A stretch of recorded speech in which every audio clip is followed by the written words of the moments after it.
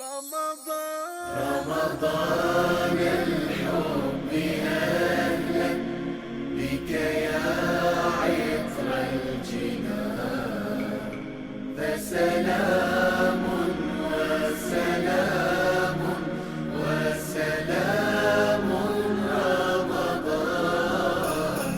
رمضان الحب أهلا بك يا عطر الجنان فسلام وسلام وسلام رمضان يا رمضان يا رمضان يا رمضان خير الشهور. السلام علیکم ورحمۃ اللہ وبرکاتہ. اعوذ باللہ من الشیطان الرجیم. بسم اللہ الرحمن الرحیم. نجف میڈیا پلیٹ فارم سے تمام ناظرین کی خدمت میں رمضان کے خصوصی نشریات کے ساتھ نجف میڈیا پلیٹ فارم کی ٹیم حاضر خدمت ہے. یقیناً رمضان کی راتیں، رمضان کے لمحات بہت خصوصی اور بہت ہی خاص راتیں اور لمحات ہیں. رمضان کی راتوں میں ایک چیز جس کی بہت تاکید کی گئی ہے وہ یہ ہے کہ آپ رمضان کی ہر رات میں ہر شب دعائے افتتاح کی تلاوت کی جائے. جتنا ہو سکے آپ رمضان کی راتوں میں دعائے افتتاح کی تلاوت کرنا بہت فضیلت اور بہت اہمیت رکھتے ہیں. تو نجف میڈیا پلیٹ فارم اپنے ناظرین کے لیے رمضان کی بابرکت راتوں میں خصوصی نشریات پیش کرنے جا رہا ہے. تو اسی سلسلے میں آج ہمارے ساتھ نجف میڈیا پلیٹ فارم سے جناب مولانا قاری ایاز احمد صاحب تشریف رکھتے ہیں، جو یقیناً اپنے ناظرین کی خدمت میں دعائے افتتاح کی تلاوت کریں گے اور یہ بافضلت راتوں میں اپنے ناظرین تک یہ بامعنی اور انتہائی عالی معارف والی دعا تلاوت کر کے اپنے ناظرین کو یہ جو ہے راتیں اور جو ہے مزید بافضلت اور بابرکت راتوں اور لمحات میں کرنے کی کوشش کی جائے گی. لیکن اس سے پہلے کہ ہم دعائے افتتاح کی تلاوت باقاعدہ سے اپنے ناظرین کی خدمت میں اس پلیٹ فارم سے آپ سے ہم سماعت کریں اور سنیں، ہم چاہیں گے کہ اگر آپ ہمارے ناظرین کے لیے، ہمارے لیے اگر خود دعا و مناجات، چونکہ ماہ رمضان کی راتیں ہیں، ان راتوں میں دعا و مناجات کی راتیں ہیں، آپ جتنی دعا کریں یقیناً جیسے بھی معصوم کا یہ فرمان بھی ہے کہ دعا جو ہے مومن کا ہتھیار ہے. اگر خود دعا و مناجات کی کیا اہمیت ہے، کیا فضیلت ہے، کس حد تک ہمیں ایک انسان کے لیے دعا و مناجات کی ضرورت ہے، اگر اس پہ اگر آپ تھوڑی سی مختصر روشنی ڈال دیں تاکہ ہمارے ناظرین کے لیے اس کی فضیلت اور اس کی اہمیت واضح ہو سکے. جی بہت شکریہ. اعوذ باللہ من الشیطان الرجیم. بسم اللہ الرحمن الرحیم. قال اللہ تبارک و تعالی فی القرآن المجید. بسم اللہ الرحمن الرحیم. قل ما يعبأ بكم ربی لولا دعاؤکم. وقال اللہ تبارک و تعالی فی مقام آخر ادعونی استجب لکم. ناظرین کی خدمت میں دعائے افتتاح کی تلاوت، چونکہ آج شب جمعہ بھی ہے، ماہ مبارک رمضان کا ایام ہے اور ماہ مبارک رمضان کی پہلی شب جمعہ ہے اور شب جمعہ دعاؤں کی رات ہے، مناجات کی رات ہے، زیارت ابا عبداللہ حسین کی رات ہے. آپ نے کہا کہ دعائے افتتاح کی تلاوت سے پہلے خود دعا کی اہمیت. دیکھیں ماہ مبارک رمضان تو ہے دعاؤں کا مہینہ ہے. دعا صرف مختص نہیں ہے کہ ماہ مبارک رمضان میں ہی دعا کی جائے، دعا کی تلاوت ہو. چونکہ پروردگار عالم نے نبی اکرم صلی اللہ علیہ وآلہ وسلم کو بہت سے مقامات پر قل کے ذریعے نہیں کہہ دیجئے اس الفاظ کو استعمال کرتے ہوئے فرمایا کہ جسے قل ربی زدنی علما، اے میرے حبیب کہہ دیجئے کہ میرے علم میں اضافہ فرمائیے. دعا کی تعلیم دی.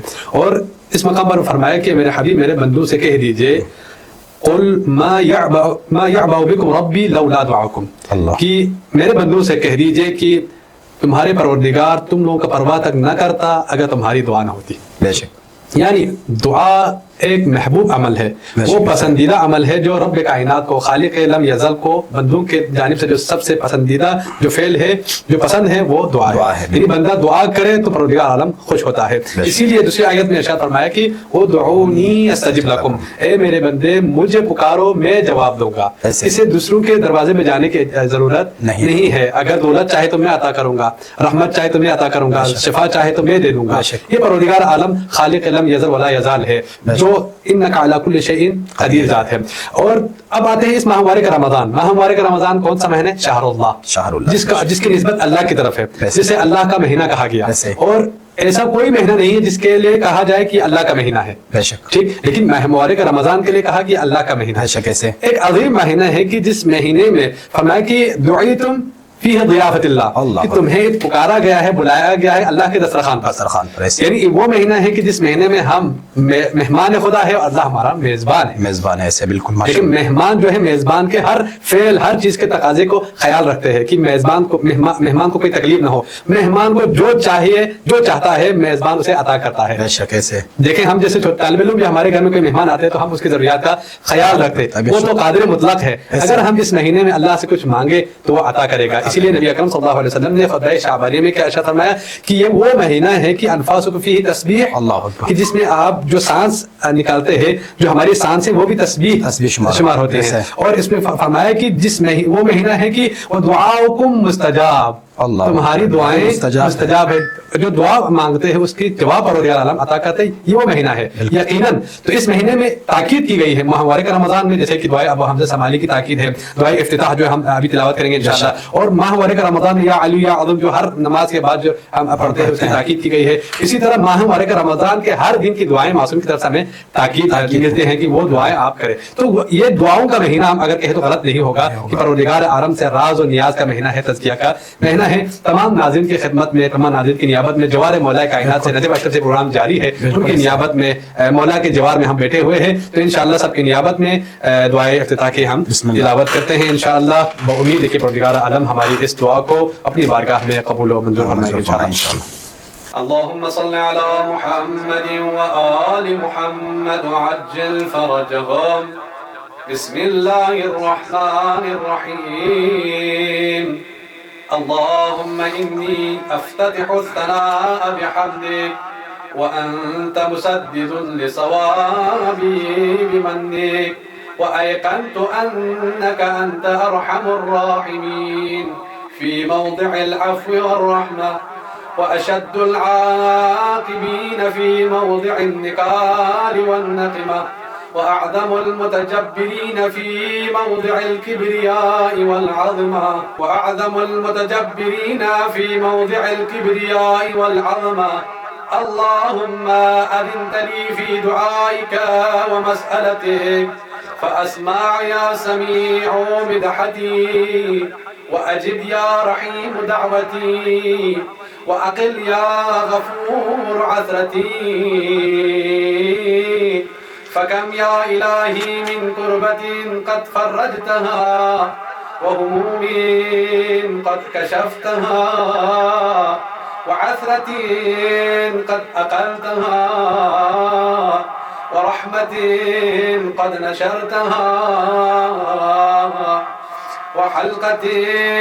وحلقة بلاء قد فككتها الحمد لله الذي لم يتخذ صاحبة ولا ولدا ولم يكن له شريك في الملك ولم يكن له ولي من الذل وكبره تكبيرا الحمد لله بجميع محامده كلها على جميع نعمه كلها الحمد لله الذي لا مضاد له في ملكه ولا منازع له في أمره وحمده ظاهري بالكرم مجده الباسط بالجود يداه الذي لا تنقض خزائنه ولا يزيده كثرة العداد إلا جودا وكرما إنه هو العزيز الوهاب اللهم إني أسألك قليلا من كثير مع حاجة بي إليه عظيما وغناك عنه قديم وهو عندي كثير وهو عليك سهل يسير اللهم إن عفوك عن ذنبي وتجاوزك عن خطيئتي وصفحك عن ظلمي وسترك على قبيح عملي وحلمك عن كثير جرمي عندما كان من خطائي وعمدي أطمعني في أن أسألك ما لا استوجبه منك الذي رزقتني من رحمتك وأريتني من قدرتك وعرفتني من إجابتك، فصرت أدعوك آمنا وأسألك مستانسا لا خائفا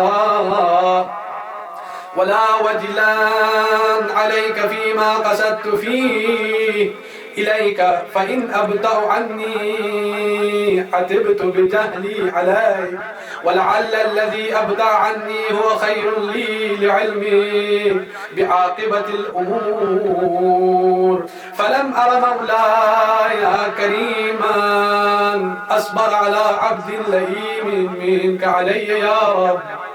يا ربي إنك تدعوني فأولي عن وتتحبب إلى فأتبغض إليك وتتودد إلى فلا أقبل منك، كأن لي التطول عليك، فلم يمنعك ذلك من رحمتي لي والإحسان إلى وتفضلي علي بجودك وكرمك، فأرحم عبدك الجاهل واد عليه بفضل إحسانك، إنك جواد كريم. الحمد لله مالك الملك مجري الفلك مسخر الرياح فالق الإصباح ديان الدين رب العالمين.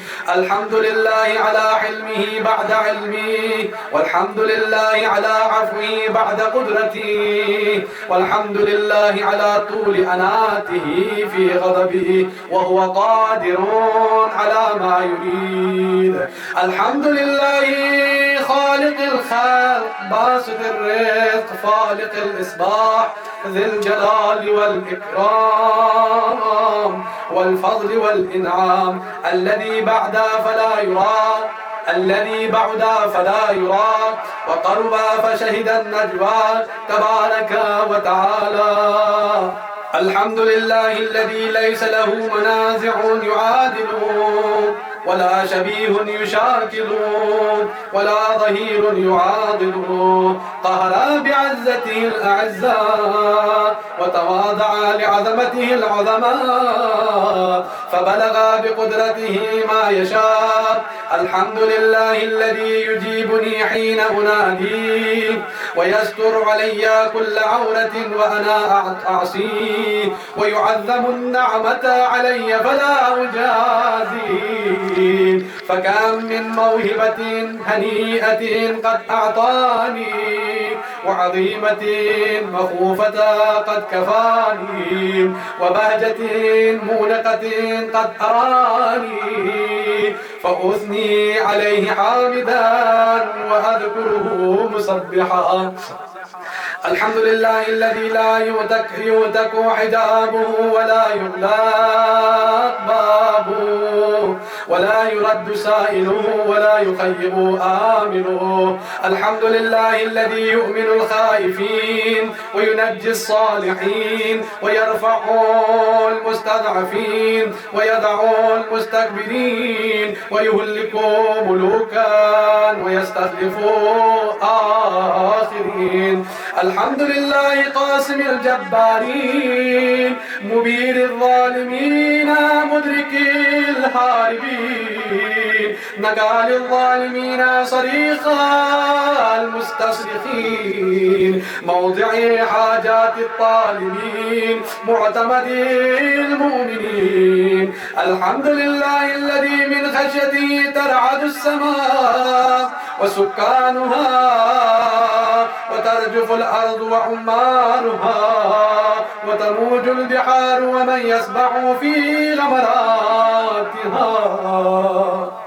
الحمد لله الذي هدانا لهذا وما كنا لنهتدي لولا أن هدانا الله. الحمد لله الذي يخلق ولا يخلق ويرزق ولا يرزق ويدعم يطعم ولا يطعم ويميت الأحياء ويحيي الموتى وهو حي لا يموت بيده الخير وهو على كل شيء قدير. اللهم صل على محمد عبدك ورسولك وأمينك وصفيك وحبيبك وخيرتك من خلقك وحافظ سرك ومبلغ رسالاتك أفضل وأحسن وأجمل وأكمل وأزكى وأنمى وأطيب وأطهر وأسنى وأكثر ما صليت وباركت وترحمت وتحننت وسلمت على أحد من عبادك وأنبيائك ورسلك وصفوتي وأهل الكرامة عليك من خلقك. اللهم وصل على علي أمير المؤمنين ووصي رسول رب العالمين عبدك ووليك وأخي رسولك وحجتك على خلقك وآتيتك الكبرى وآيتك الكبرى والنبأ العظيم. وصل على الصديقة الطاهرة فاطمة السيدة النساء العالمين. وصل على سبطي الرحمن وإمامي الهدى الحسن والحسين سيد شباب أهل الجنة. وصل على أئمة المسلمين علي بن الحسين ومحمد بن علي وجعفر بن محمد وموسى بن جعفر وعلي بن موسى ومحمد بن علي وعلي بن محمد والحسن بن علي والخلف الهادي المهدي حججك على عبادك وأمنائك في بلادك صلاة كثيرة دائمة. اللهم صل على ولي أمرك اللهم صل على ولي أمرك القائم المؤمل والعدل المنتظر وحفاه بملائكتك المقربين وأيده بروح القدس يا رب العالمين. اللهم اجعله الداعي إلى كتابك والقائم بدينك استخلفه في الأرض كما استخلفت الذين من قبله مكن له دينه الذي ارتضيته له أبدله في بعد خوف من بعد خوفه أمنا يعبدك لا يشرك بك شيئا. اللهم أعزه وأعز به وانصره وانتصر به وانصره نصرا عزيزا وافتح له فتحا يسيرا واجعل له من لدنك سلطانا نصيرا. اللهم أظهر به دينك وسنة نبيك حتى لا يستخفي بشيء من الحق مخافة أحد من الخلق. اللهم إنا نرغب إليك في دولة كريمة تعز بها الإسلام وأهله وتذل بها النفاق وأهله وتجعلنا فيها من الدعاة إلى طاعتك والقادة إلى سبيلك وترزقنا بها كرامة الدنيا والآخرة. اللهم ما عرفتنا من الحق فحملنا وقصرنا عنه فبلغنا. اللهم ألمهم به شعثنا واشعر به صدعنا وأرتق به فتقنا وكثر به قلتنا وأعز به ذلتنا وأغن به عائلنا وأقض به عن معرفتنا واجبر به فقرنا وسد به خلتنا ويسر به عسرنا وبيض به وجوهنا وفك به أسرنا وانجح به طلبتنا وأنجز به مواعيدنا واستجب به دعوتنا واعط واعطنا به سؤلنا وبلغنا به من الدنيا والآخرة وبلغنا به من الدنيا والآخرة آمالنا واعطنا به فوق رغبتنا يا خير المسؤولين أوسع المعطين اشفي به صدورنا وأذهب به غيظ قلوبنا واهدنا به لما اختلف فيه من الحق بإذنك إنك تهدي من تشاء إلى صراط مستقيم وانصرنا به على عدوك وعدونا إله الحق آمين. اللهم إنا نشكو إليك فقد نبينا اللهم إنا نشكو إليك فقد نبينا صلواتك عليه وآله وغيبة ولينا وكثرة عدونا وقلة عددنا وشدة الفتن بنا وتظاهر الزمان علينا فصل على محمد وآله وأعنا على ذلك بفتح من تعجله بضر تكشفه ونصر تعزه وسلطان حق تظهره ورحمة منك تجللناها وعافية منك تلبسناها برحمتك يا أرحم الراحمين. يا علي يا عظيم يا غفور يا رحيم أنت الرب العظيم الذي ليس كمثله شيء وهو السميع البصير. وهذا شهر عظمته وكرمته وشرفته وفضلته على الشهور وهو شهر الذي فرضت صيامه عليه وهو شهر رمضان الذي أنزلت فيه القرآن هدى للناس وبينات من الهدى والفرقان وجعلت فيه ليلة القدر وجعلتها خيرا من 1000 الشهر. فيا ذا المن ولا يمن عليك من علي بفكاك رقبتي من النار في من تمن علي وأدخلني الجنة برحمتك يا أرحم الراحمين. اللهم صل على محمد وآل محمد. बहुत शुक्रिया, आपने इंतहाई खूबसूरत और दिल नशीन आवाज़ में दुआ इफ्तिताह की तिलावत की. यकीनन हमारे दिलों को बायस सुरूर और सुकून बने और जज़ाकल्लाह. आपको और भी आपकी आवाज़ में तासीर और आपको मज़ीद तौफ़ीक़ खैर दे. इंशाअल्लाह हम आपके लिए दुआ गो हैं और इस तरह आपसे हम ये दुआएं का सिलसिला इंशाअल्लाह आपसे सुनते रहेंगे और दुआ गो हैं कि हमें इस माह में इस तरह दुआएं पढ़ने की तौफ़ीक़ अता करे. और ये सिलसिला इंशाअल्लाह नजफ़ मीडिया के ऊपर नजफ़ मीडिया प्लेटफॉर्म के ऊपर ये ख़ुसूसी नशियात का सिलसिला जारी सारी रहेगा. और हम अपने तमाम नाज़रीन की नियाबत में ये दुआ जवारी इमाम अली अलैहिस्सलाम से ये दुआओं का सिलसिला जारी रखेंगे. और हम आप सबके लिए भी दुआ हैं कि अल्लाह आप सबको इस माह मुबारक रमज़ान में जहाँ जहाँ पे भी आप जिस दुनिया की जिस कोने भी आप तशरीफ़ रखते हैं खुदा आपको इस ये महीना बाबरकत और बाइज़्ज़त करार दे और ये दुआओं का सिलसिला आपको दुआ व मुनाजात की तौफ़ीक़ अता करें. वस्सलामु अलैकुम वरहमतुल्लाहि वबरकातुहू. رمضان الحب أهلا بك يا عطر الجنان فسلام وسلام